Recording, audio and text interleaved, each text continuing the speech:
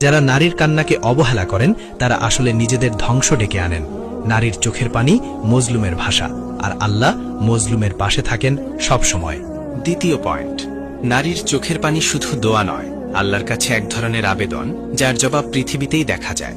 একজন নারী যখন কাঁদে তখন মানুষ ভাবে সে দুর্বল, কিন্তু আল্লাহর দৃষ্টিতে সেই মুহূর্তে নারী সবচেয়ে শক্তিশালী অবস্থানে থাকে, কারণ তার চোখের পানি সরাসরি আল্লাহর রহমতের দরজা খুলে দেয়।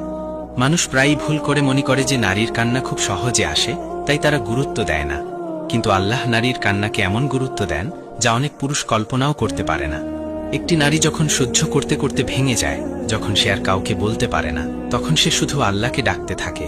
আর সেই ডাক, সেই অশ্রু, সেই ব্যথা আল্লাহর কাছে সবচেয়ে পবিত্র দোয়ার রূপ নিয়ে পৌঁছে যায়। কোরআনে আল্লাহ বারবার বলেছেন, আমি কাছেই আছি, আমি দোয়া শুনি।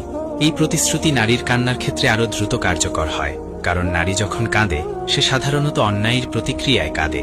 তার কষ্ট, অবহেলা, অপমান, অবিচার এসব কারণ আল্লাহর কাছে বিশেষ গুরুত্ব পায়। দুনিয়ার আদালতে বিচার পেতে সময় লাগে, প্রমাণ লাগে, সাক্ষী লাগে, কিন্তু আল্লাহর আদালতে নারীর চোখের পানিই তার সাক্ষী, তার প্রমাণ, তার দলিল, তার আরজি।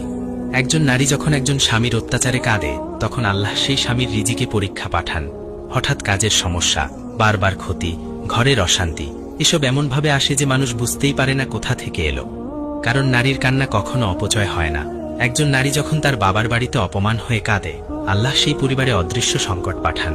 কারো অসুখ, কারো মানসিক অশান্তি, কারো জীবনে ব্যর্থতা। মানুষ ভাবে এ তো স্বাভাবিক ঘটনা, কিন্তু আল্লাহ জানেন কেন এই সংকট এসেছে। আবার একজন নারী যখন তার শ্বশুরবাড়ির গালমন্দ, অযথা দোষারোপ, কটূক্তির কারণে কাঁদে, তখন আল্লাহ সেই বাড়ির শান্তি তুলে নেন।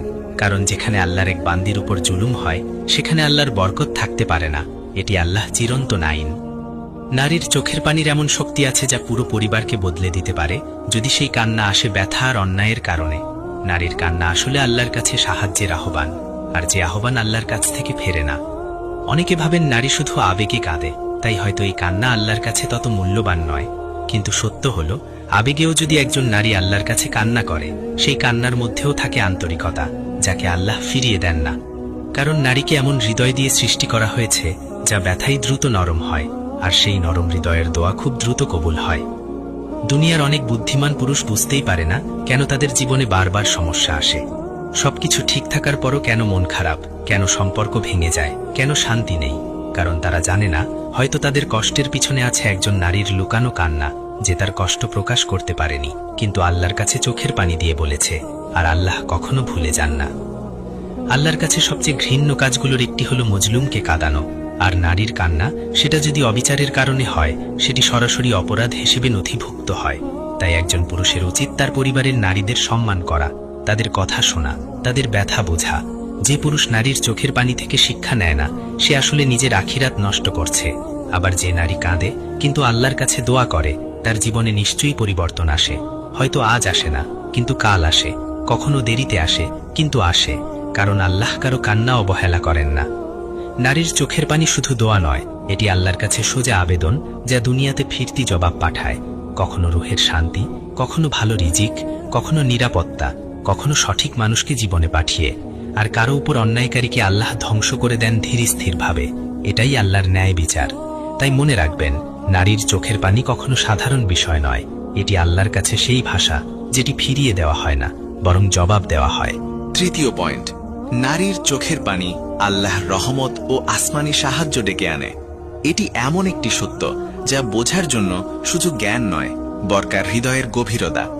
একজন নারী যখন কাঁদে, সে কখনোই শুধু কাঁদে না, সে আল্লাহকে ডাকছে, তার হৃদয়ের ব্যথা আল্লাহকে কাছে তুলে ধরছে। মানুষের কান্না দুই ধরনের, একটি দুনিয়ার মানুষের জন্য, আর একটি আল্লাহর জন্য। আর নারীর কান্না সাধারণত আল্লাহর দরবারের দিকে যায়, কারণ মানুষ তাকে বুঝতে না পারলেও আল্লাহ তাকে বোঝেন। স্বামী যদি না বোঝে, সমাজ যদি মূল্য না দেয়, পরিবার যদি তার ত্যাগ ভুলে যায়, তবুও আল্লাহ তার কান্নাকে এক মুহূর্তের জন্য অবহেলা করেন না। নারীর চোখের পানি এমন এক আমল যা আল্লাহর রহমতকে নামিয়ে আনে বাড়িতে, পরিবারে, জীবনে। পৃথিবীতে যত নারীরা রাতের অন্ধকারে কান্না করেছে, প্রত্যেকটির কান্না আল্লাহ শুনেছেন। কোনো কান্না অপচয় হয় না, কোনো ব্যথা অনাদরে পড়ে থাকে না। একজন নারী যখন কাঁদে, তখন তার হৃদয় নরম হয়। এই নরম হৃদয় আল্লাহর সবচেয়ে প্রিয়। কারণ আল্লাহ বলেন, আমি সেই হৃদয়ের সঙ্গে থাকি যা ভাঙা, ক্ষতবিক্ষত, দুঃখে নত। নারীর চোখের পানি সেই নত হৃদয়কে আল্লাহর দিকে আরো টেনে নিয়ে যায়।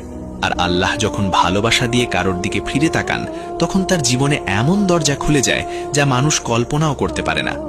এমন অনেক নারী আছে যারা বছরের পর বছর কেঁদেছে, অপমান সয়েছে, অবহেলা সহ্য করেছে, কিন্তু একদিন আল্লাহ তার জীবনে এমন রহমত পাঠিয়েছেন যে সে সমস্ত কষ্ট ভুলে গেছে।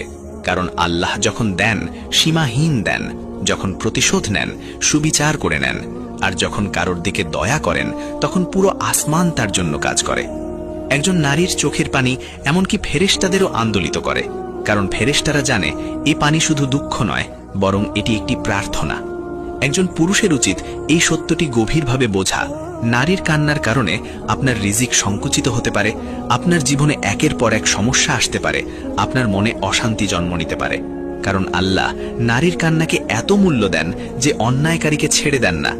আবার যে নারী আল্লাহর কাছে কান্না করে, আল্লাহ তার জন্য নতুন পথ খুলে দেন, চাকরিতে, রিজিকে, সম্পর্কের ক্ষেত্রে, নিরাপত্তায়, এমনকি সন্তানদের ভবিষ্যতেও।